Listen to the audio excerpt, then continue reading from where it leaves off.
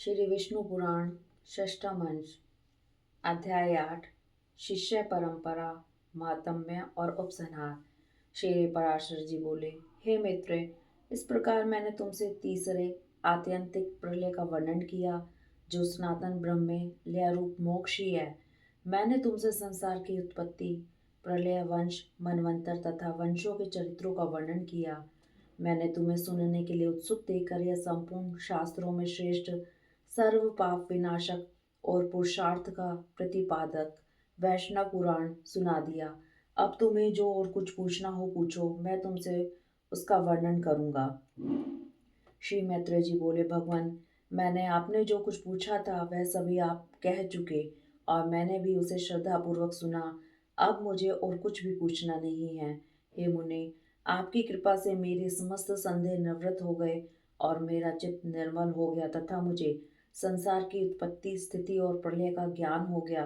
हे गुरु, मैं 4 प्रकार की राशि और 3 प्रकार की शक्तियां जान गया तथा मुझे त्रिविध भाव भावनाओं का सम्यक बोध हो गया है।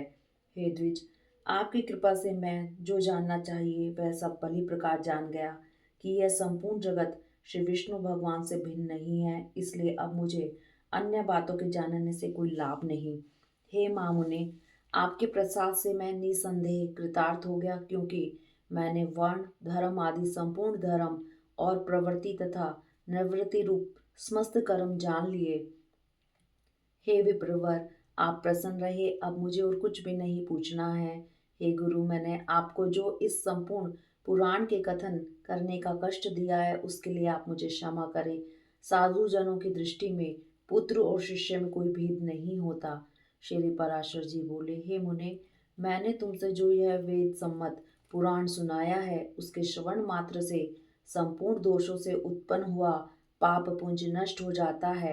इसमें मैंने तुमसे सृष्टि की उत्पत्ति, प्रलय, वंश, मनवंतर और वंशों के चरित्र, इन सभी का वर्णन किया है।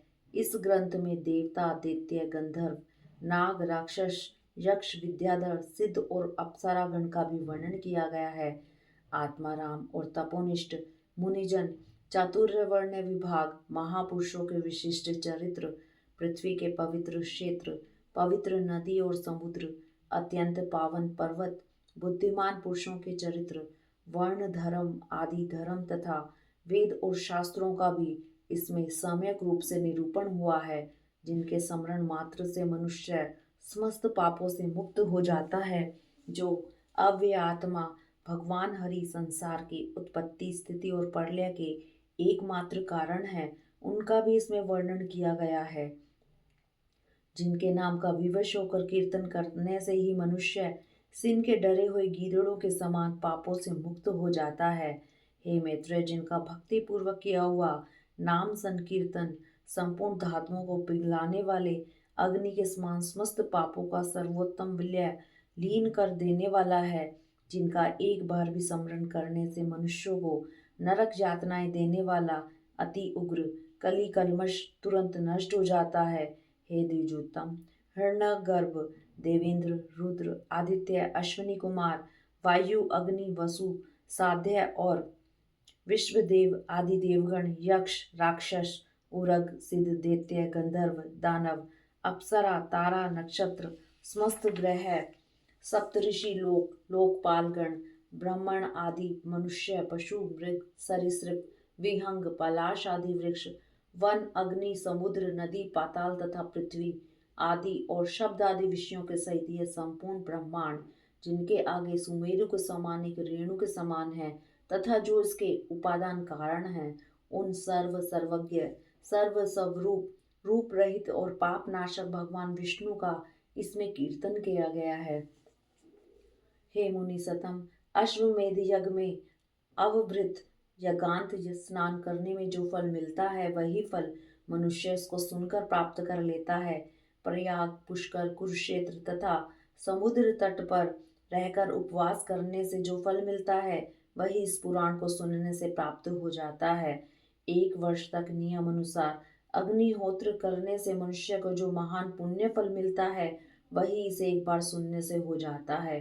ज्येष्ठ शुक्ला द्वादशी के दिन मथुरापुरी में यमुना स्नान करके कृष्णचंद्र का दर्शन करने से जो फल मिलता है, हे विप्र ऋषि, वही भगवान कृष्ण में चित्त लगाकर इस पुराण के एक अध्याय को सावधानी पूर्वक सुनने से मिल जाता है। ज्येष्ठ मास के शुक्ल पक्ष की द्वादशी को मथुरापुरी में उपवास करते हुए यमुना जल में स्नान करके समाहित चित्त से श्री अच्युत का भली प्रकार पूजन करने से मनुष्य को अश्वमेध यज्ञ का संपूर्ण फल मिलता है।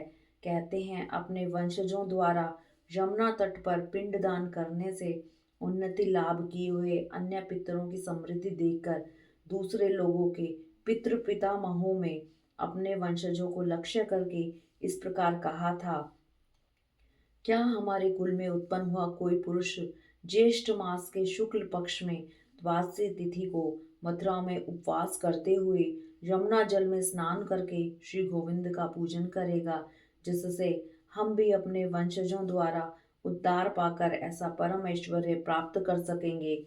जो बड़े भाग्यवान होते हैं उन्हीं के वंशधर ज्येष्ठ मासीय शुक्ल पक्ष में भगवान का अर्चन करके यमुना में पितृगण को पिंडदान करते हैं।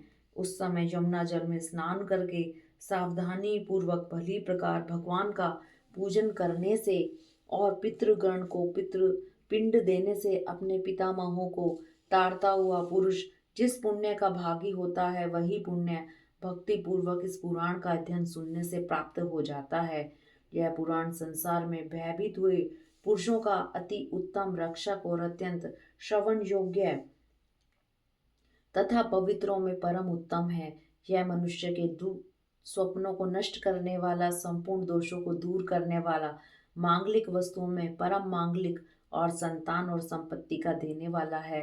इस आर्ष पुराण को सबसे पहले भगवान ब्रह्मा जी ने ऋभु को सुनाया था। ऋभु ने प्रियव्रत को सुनाया और प्रियव्रत ने भागुरी से कहा। फिर इसे भागुरी ने स्तंभ मित्र को और स्तंभ मित्र ने दधीची को, दधीची ने सारस्वत को और सारस्वत ने भृगु को सुनाया तथा भृगु ने पुरुकुत्स से, पुरुकुत्स ने नर्मदा से, नर्मदा ने धृतराष्ट्र एवं पूर्ण नाग से कहा। हे द्विज, इन दोनों ने यह पुराण नागराज वासुकी को सुनाया। वासुकी ने वत्स को, वत्स ने अश्वतर को, अश्वतर ने कंबल को और कंबल ने ऐलापुत्र को सुनाया। इसी समय मुनिवर वेदशिरा पाताल लोक में पहुंचे। उन्होंने यह समस्त पुराण प्राप्त किया और फिर प्रमति को सुनाया।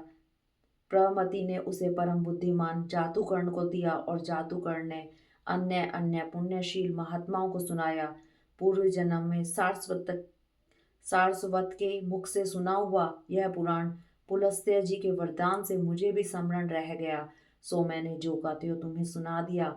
अब तुम भी कलयुग के अंत में इसे शिनिक को सुनाओगे।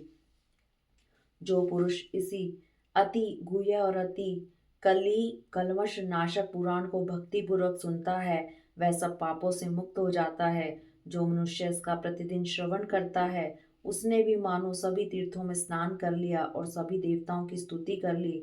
इसके 10 अध्यायों का श्रवण करने से निसंदेह कपिला गो के दान का अति दुर्लभ पुण्य फल प्राप्त होता है। जो पुरुष संपूर्ण जगत के आधार, आत्मा के अवलंब, सर्व स्वरूप, सर्व में ज्ञान और ज्ञेय रूप आदि अंत रहित तथा समस्त देवताओं के हितकारक और श्री विष्णु भगवान का चित्त में ध्यान कर इस संपूर्ण पुराण को सुनता है, उसे निसंदेह अश्वमेध यज्ञ का समग्र फल प्राप्त होता है, जिसके आदि मध्य और अंत में अखिल जगत की सृष्टि, स्थिति और संहार में समर्थ ब्रह्म ज्ञान में चराचर गुरु भगवान अच्युत का ही कीर्तन हुआ है। उस परम श्रेष्ठ और अमल पुराण को सुनने, पढ़ने और धारण करने से जो फल प्राप्त होता है, वह संपूर्ण त्रिलोकी में और कहीं प्राप्त नहीं हो सकता, क्योंकि एकांत मुक्ति रूप सिद्धि को देने वाले भगवान विष्णु ही इसके प्राप्तव्य फल हैं।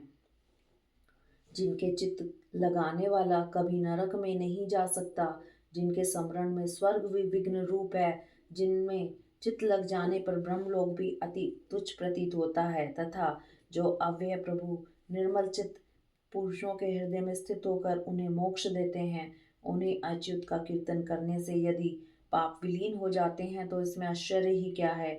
जगवेता कर्मनिष्ठ लोग यज्ञों द्वारा जिनका यज्ञेश्वर रूप से यजन करते हैं, ज्ञानी जन जिनका पारावर में ब्रह्म रूप से ध्यान करते हैं, जिनका स्मरण करने से पुरुष न जन्मता है, न मरता है, न बढ़ता है और न क्षीण ही होता है, और जय न सत और न असत ही है, उन श्री हरि के अतिरिक्त और क्या सुना जाए।